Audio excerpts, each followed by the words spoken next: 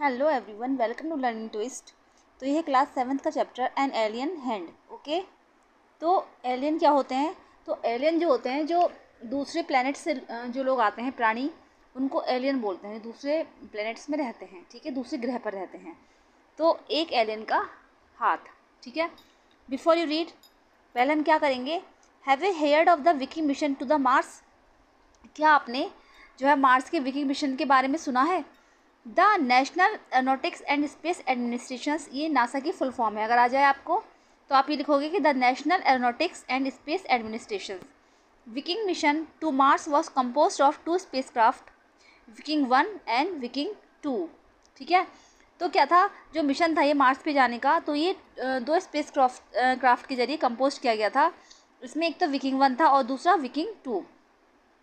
Each consisting of an orbiter and a lander. इसमें से क्या था, एक तो जो था वो ऑर्बिटर था, यानी कि वो परिक्रमा करता था, ऑर्बिट में घूमता था, और दूसरा जो था वो लैंडर था। दूसरा इसमें मतलब उतरता था, उतरा होगा, मतलब उन्होंने जो विकिंग 1 और विकिंग 2 के नाम से कंपोज किया था।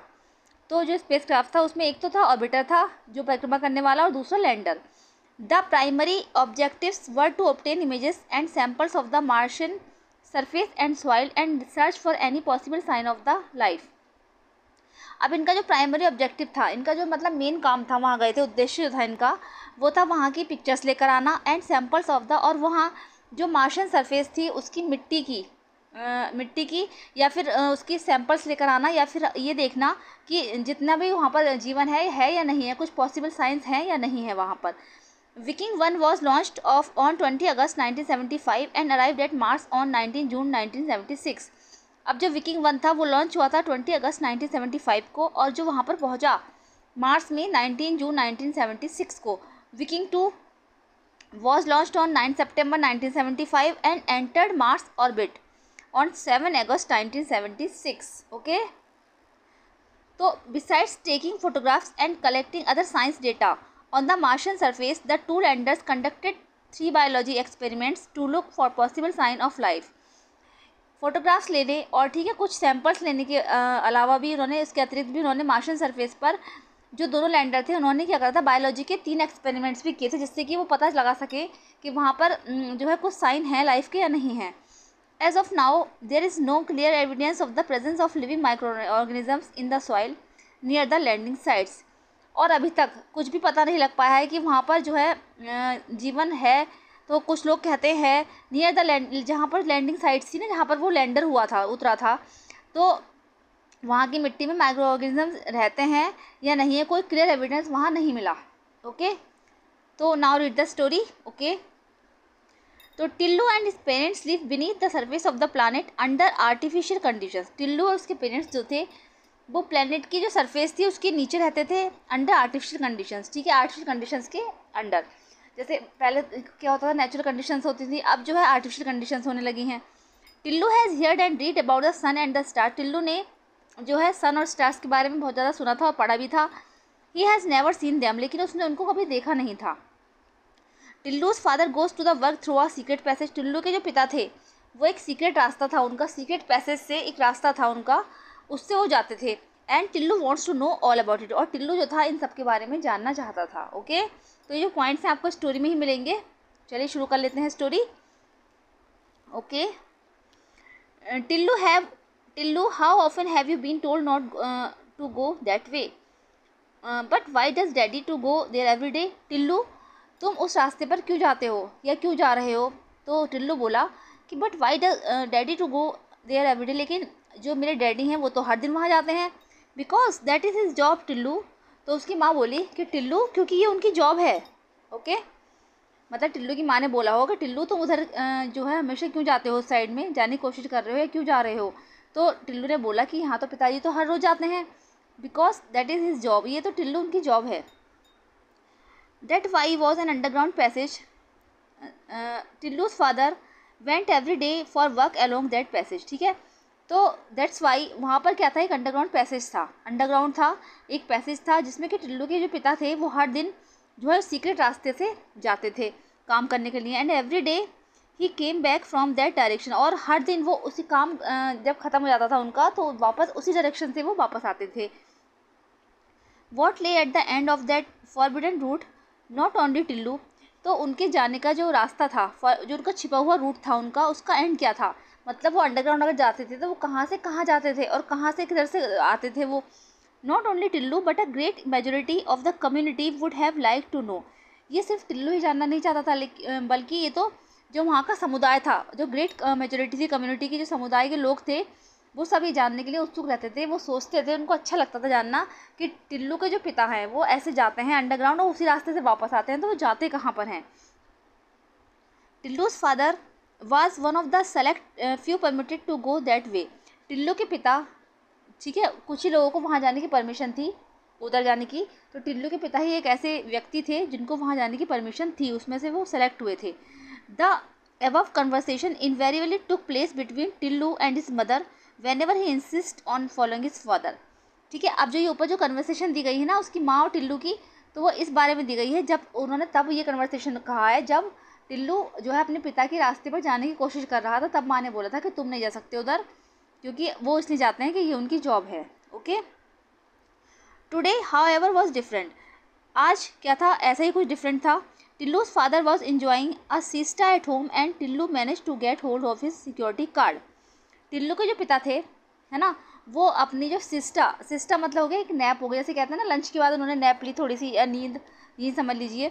तो टिल्लू के जो पिताजी थे वो सो रहे थे घर पर, और टिल्लू ने क्या करा, manage to get hold of उनका जो सिक्योरिटी कार्ड था उसको ले लिया, ठीक है। Then evading his watchful mother's eye, Tillu made his way to the forbidden passage, then और तब उसने जो है ना अपनी मदर की वॉचफुल आइज़ को देखा, मतलब चौकन्नी आंखें बोल देंगे इसको, वॉचफुल आइज़ को जैसे कहते हैं टकटकी लगा कर देखना, उसकी माँ उसको देख रही थी, कहते हैं ना माएँ पहचान जाती हैं बच्चों को, तो जब उसने सिक्योरिटी कार्ड निकाला तो माँ जो है उसे चौकन्नी आंखों से देख रही थी। Tillu made his way to the forbidden passage, अब टिल्लू ने क्या करा, जो वो फॉरबिडन पैसेज था, यानी कि ये गुम होने वाला जो रास्ता था ना फॉरबिडन पैसेज, टिल्लू ने उसको देख लिया था और टिल्लू उस रास्ते पर चल दिया। अब metal door Baird his entry, जब वो वहाँ पर पहुँचा तो एक मेटल का जो डोर था, एंट्री पर उसे मेटल डोर मिला, but Tillu had watched his father slip the magic card into a slot, लेकिन टिल्लू ने देखा था एक बार कि उसके जो पिता थे वो उसके अंदर डोर के अंदर जो है स्लॉट में वो मैजिक कार्ड डालते थे। ही डिड द सेम, उसने भी फिर वैसे ही किया, एंड द डोर ओपन नॉइजलेसली, और वो जब उसने वो डाला ना अंदर तो जो दरवाज़ा था वो नॉइजलेसली खुल गया, मतलब शोर नहीं हुआ, वो खुल गया अपने आप ही। अब well lit passage seem to back on him, उसे जब जैसे दरवाज़ा वो खुला तो उसे एक वेल लिट मतलब चिकना सा उसे एक रास्ता जो है वहाँ पर उसके पीछे की साइड दिखाई दिया। Snatching the card which had come out of another slot in the wall, ठीक है। फिर उसने क्या कहा, जब वो वॉल के दूसरी साइड पहुँच गया तो उसने वो जो अपना जो कार्ड था उसको खींच लिया, मतलब मान लीजिए ऐसा था जैसे ये वॉल है, ठीक है, टिल्लू इधर से गुजरा, उसने कार्ड डाला इधर से, जब वो दरवाज़ा खुल गया तो वो बाहर की साइड चला गया, फिर उन्होंने इधर की साइड जाके अपना कार्ड खींच लिया। Okay, Tillu started his March along a gentle upward slope, Tillu ने क्या करा, उस रास्ते पर जो जेंटल अप जो रास्ता स्लोप जो जा रहा था उस पर चढ़ना शुरू किया। For the passage led from the underground habitat to the surface of the planet, अब वो जो पैसेज था वो शायद जो अंडरग्राउंड पैसेज था वो शायद जो है प्लैनेट्स की जो सरफेस थी उसका होम था, मतलब उधर से वो रास्ता उधर जाता था। Tillu look forward to seeing the sun if it was daytime, Tillu जो था सन को देखना चाहता था, look forward to seeing the sun if it, अगर दिन होगा उसने सोचा कि अगर दिन होगा तो मैं सूरज को देखूंगा, और the stars if it was night, और अगर वहाँ रात होगी तो मैं तारों को देखूंगा। About which he had heard and read so much, जिसके बारे में उसने बहुत ज़्यादा सुना था और उसने पढ़ा भी था, तो उसे मतलब उसको देखने का बहुत ज़्यादा एक्साइटमेंट था। But alas that was not to be, लेकिन दुख की बात है कि ऐसा कुछ भी नहीं हुआ। Tillu had understand the security arrangements, invisible mechanical devices had already detected and photographed the small intruder, ठीक है। तो टिल्लू हैड अंडरस्टैंड नहीं है, सॉरी, ये टिल्लू हैड अंडर एस्टिमेट, ठीक है, द सिक्योरिटी अरेंजमेंट्स, टिल्लू ने क्या करा था, अंडर एस्टिमेट का मतलब ये कहते हैं ना कि किसी की योग्यता को ना आंकना, मतलब उसने ये नहीं सोचा था कि यहाँ पर इतने ज़बरदस्त सिक्योरिटी अरेंजमेंट्स होंगे। इनविजिबल मैकेनिकल डिवाइसेस, और वहाँ पर कुछ क्या था, ऐसे ऐसे मैकेनिकल डिवाइसेस लगे हुए थे जो कि इनविजिबल थे, जो कि दिखाई नहीं दे रहे थे, हैड ऑलरेडी डिटेक्टेड, लेकिन वो क्या था, ऑलरेडी डिटेक्ट कर लेते थे, वो डिटेक्ट मतलब जैसे फाउंड आउट कर लेते हैं किसी चीज़ को खोजना, सर्च करना, कि अगर कोई जैसे कि कोई बंदा दूसरा कोई बंदा वहाँ पर आएगा तो उसका फोटोग्राफ खिंच जाता था, है ना, और वो एकदम से जो मशीनें थी वो बच जाती थी, पता चल जाता था। Sent his picture to the central bureau where it was thoroughly checked, और जब उसकी पिक्चर खींच कर वो जो थी मशीनें थी वो सेंट्रल ब्यूरो को भेज देती थी जहाँ पर वो थ्रोली चेक की जाती थी। And before he had advance 10 pieces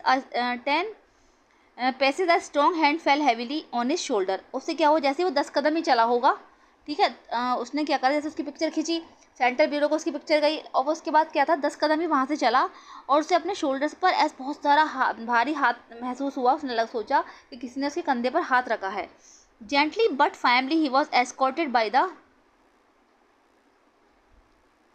security staff back home to an anxious and angry mother, ठीक है, और जल्दी ही वो जो वहाँ का सिक्योरिटी स्टाफ था उसके द्वारा पकड़ लिया गया और उसको वापस घर पर छोड़ दिया गया, और वहाँ पर उसकी मदर जो थी वो बहुत ज़्यादा नाराज़ हुई। Okay, while he was being scolded he received help from N unexpected quarter, ठीक है, जब वहाँ पर उस पर डांट पड़ रही थी ना, जब उसको डांटा जा रहा था उसकी माँ से, तो बिल्कुल वो सोच रहा था कि मेरी मदद कोई क्यों नहीं कर रहा है। He received help from N unexpected quarter, तो उसके पिता ने उसकी हेल्प की, बिल्कुल एक अनएक्सपेक्टेड क्वार्टर की तरह ही उसकी हेल्प की गई। उसने सोचा भी नहीं था कि मुझे कोई बचा लेगा। उसकी माँ उसको डांट रही थी तो उसको बचा लिया गया। Okay okay, let me explain to him darling, said his father who had just got up. तो मुझे एक्सप्लेन करने दो डार्लिंग। जैसे उसके पिता जगे, गॉट अप मीन्स जगना, जैसे उसके पिता नींद से जगे तो उन्होंने कहा कि मुझे एक्सप्लेन करने दो darling. If he is properly briefed he will not to do such a thing again, he started to explain, ठीक है, अगर इसको शॉर्ट में समझा दिया जाए, if he is properly briefed, अगर इनको संक्षिप्त में समझा दिया जाए टिल्लू को, तो he will not to do such a thing again, ये काम वो दोबारा नहीं करेगा। ही स्टार्टेड टू एक्सप्लेन, तो उन्होंने समझाना शुरू किया। लिसन टिल्लू, देखो Tillu, I work on a surface where an ordinary person can not survive because the air is too thin to breathe and where the temperature is so low that you would freeze to death, ठीक है, देखो टिल्लू, मैं वहाँ ऐसी सतह पर काम करता हूँ, I work on a surface where an ordinary पर, जहाँ पर एक ऑर्डिनरी पर्सन सर्वाइव नहीं कर सकता, क्योंकि the air is too thin, वहाँ की जो हवा है बहुत हल्की है, बहुत पतली है, टू ब्रीथ है ना, वहाँ सांस नहीं ली जा सकती, and the where the temperature, और जहाँ टेम्परेचर जो है बिल्कुल स्लो है, टेम्परेचर इज़ सो लो, ज़्यादा लो है, that you would freeze to death, क्योंकि अगर ऐसा हुआ तो वहाँ पर तुम बिल्कुल जम जाओगे और आप तुम्हारी मौत हो जाएगी, मतलब वहाँ का टेम्परेचर इतना ज़्यादा लो है। But daddy how do you manage to survive, तो लेकिन डैडी आप वहाँ पर कैसे सर्वाइव कर पाते हो। Because I go well equipped, मैं इसलिए सर्वाइव कर पाता हूँ क्योंकि आई गो वेल इक्विप्ड, क्योंकि मैं वेल इक्विप्ड जाता हूँ, मतलब वो ड्रेस वेस पहन के जाते थे ना, बिल्कुल अपने तैयार होकर जाते थे। In a special suit with a reservoir of oxygen, एक स्पेशल सूट में जाता हूँ मैं, with a reservoir of oxygen, और ऑक्सीजन की जहाँ पर, यानी कि वो अपने साथ ऑक्सीजन को भी लेकर जाते थे। रिजर्वायर का मतलब हो गया ऐसे भर कर ऑक्सीजन ले जाना बहुत मात्रा में, तो वो लेकर जाते थे। I can keep warm and my boots are specially designed to make it easy for me to walk on the surface, ठीक है, मैं अपने आप को गर्म रखता हूँ, एंड माई बूट्स, और जो मेरे शूज़ हैं, are specially designed to make it easy, और मेरे जो शूज़ हैं वो भी स्पेशली डिज़ाइन किए गए हैं जिससे कि मैं उस सरफेस पर ईजिली वॉक कर सकूँ, है ना। What is more I have been train to survive and work on the surface, इससे ज़्यादा I have been train to survive, और मुझे वहाँ पर सर्वाइव करने की ट्रेनिंग मिली है जिससे कि मैं उस सरफेस पर काम कर सकूँ, उसके पिता ने बोला। There was a time when our forefathers lived on the surface quite naturally, ठीक है, ये पहले का समय था जब हमारे फोर फादर्स मीन्स हो गया जो हमारे पूर्वज, जब हमारे पूर्वज जो थे उस सरफेस पर नेचुरली रह लेते थे, मतलब रह सकते थे। Indeed they did so for millions of years, वास्तव में उन्हें तो अब कई करोड़ों साल हो गए हैं। बट टाइम्स चेंज, लेकिन समय बदल चुका है। The very sun which had provided us with sustenance turn hostile, ठीक है, अब जो सन है विच है जो हमें बहुत ज़्यादा सस्टेनेंस कर देता है, वो हॉस्टाइल हो चुका है बिल्कुल। It change only slightly but the change was sufficient to upset the balance of the nature on this planet. It change, ये तभी चेंज हो सकता है only slightly but the change was, लेकिन इस चेंज तभी सफिशिएंट होगा जब प्रकृति का नेचर का जो बैलेंस है वो गड़बड़ा जाएगा, ठीक है। तो मतलब उसका कहने का मतलब ये था कि जो नेचर का जो बैलेंस है वो गड़बड़ाया हुआ है, ठीक है। सूरज जो है जो सन है ये चेंज हो चुका है, मतलब उनका ये था कि वहाँ पर एटमॉस्फेयर बिल्कुल ख़राब हो चुका है क्योंकि वहाँ पर गर्मी बहुत ज़्यादा है, टेम्परेचर बहुत लो रहता है, ठीक है। First the birds became extinct, पहले क्या था वहाँ पर, सबसे पहले क्या हुआ, मतलब जो नेचर का जो बैलेंस था बिल्कुल गड़बड़ा गया है उस प्लानट पर। सबसे पहले जो है पक्षी जो थे वो लुप्त हो गए। एक्सटिंक्ट का मतलब हो गया गायब। सबसे पहले पक्षी गायब हुए। द एनिमल्स फॉलोड, उसके बाद एनिमल्स भी गायब हो गए। The fish couldn't bear it anyone other, और वहाँ पर क्या था, मछलियाँ भी अब नहीं बची हैं। We manage to okay we manage to survive only because of our superior technology. हम सब मैनेज कर पाते हैं क्योंकि, बिकॉज ऑफ का मतलब हो गया क्योंकि के नहीं आया, बिकॉज ऑफ का मतलब हो गया वजह से। ठीक है, वी मैनेज टू सर्वाइव, हम सब सर्वाइव कर पाते हैं क्योंकि वहाँ पर सुपीरियर टेक्नोलॉजी है, उसकी वजह से हम सब वहाँ पर सर्वाइव कर पाते हैं। But we were force to live underground under artificial condition, लेकिन हम वहाँ पर जो रहते हैं अंडरग्राउंड, वहाँ की आर्टिफिशियल कंडीशंस की वजह से, क्योंकि अब नेचुरल कंडीशंस नहीं बची हैं, जो आर्टिफिशियल कंडीशंस है उसकी वजह से हम वहाँ पर रह पाते हैं। Thanks to solar energy we can generate sufficient power. ठीक है, सोलर एनर्जी का भी बहुत बहुत वो है, धन्यवाद है, क्योंकि इसी की वजह से हम जो है सफिशिएंट पावर वहाँ पर जनरेट कर पाते हैं। To make our life comfortable, जिससे कि हम अपनी लाइफ को कंफर्टेबल बना सकें। But the machines which make this possible must always be in good working condition, लेकिन जो ये मशीन्स होती हैं, जो ये मशीन्स ये सब काम कर रही हैं, इसको पॉसिबल बना रही हैं, तो ये हमेशा ही गुड कंडीशंस में काम करती रहनी चाहिए। Some of them are on the surface, I belong to the team whose responsibility it is to keep watch on them and to survive them। ठीक है, some of them are on the surface पे भी कुछ ऐसे लोग हैं कि मैं टीम का भी शुक्रिया अदा करता हूँ, जिसकी वजह से, जिनकी जिम्मेदारी है कि वो मशीन्स को जो है हमेशा ध्यान रखते हैं मशीन्स का, और जिससे कि उनकी प्रॉपर सर्विस करते हैं और जिससे मशीन सुचारू रूप से चल सकें। ठीक है, तो उन्होंने सब चीज़ जो उसको डिटेल में समझाई। Daddy can I join the team when I grow up, daddy क्या जब मैं बड़ा हो जाऊंगा तो क्या मैं आपकी टीम ज्वाइन कर सकता हूँ? Of course if you want to, satisfy, उसके पिता ने कहा कि ऑफ कोर्स, क्यों नहीं, अगर तुम चाहो तो कर सकते हो। But for that you must be a good boy and do as your parents tell you. His mother had as usual the last word. ठीक है, अब जैसे माएँ कहती हैं हमेशा एज यूजुअल, तो उसकी माँ के लास्ट वर्ड थे। उन्होंने कहा था, जब उसकी डांट पड़ी थी ना, समझाया था पिता ने, तो उन्होंने बोला कि हाँ तुम बन सकते हो, जब तुम एक गुड बॉय बनोगे और तुम अपने पेरेंट्स का कहना मानोगे तो तुम ये काम कर सकते हो। ओके,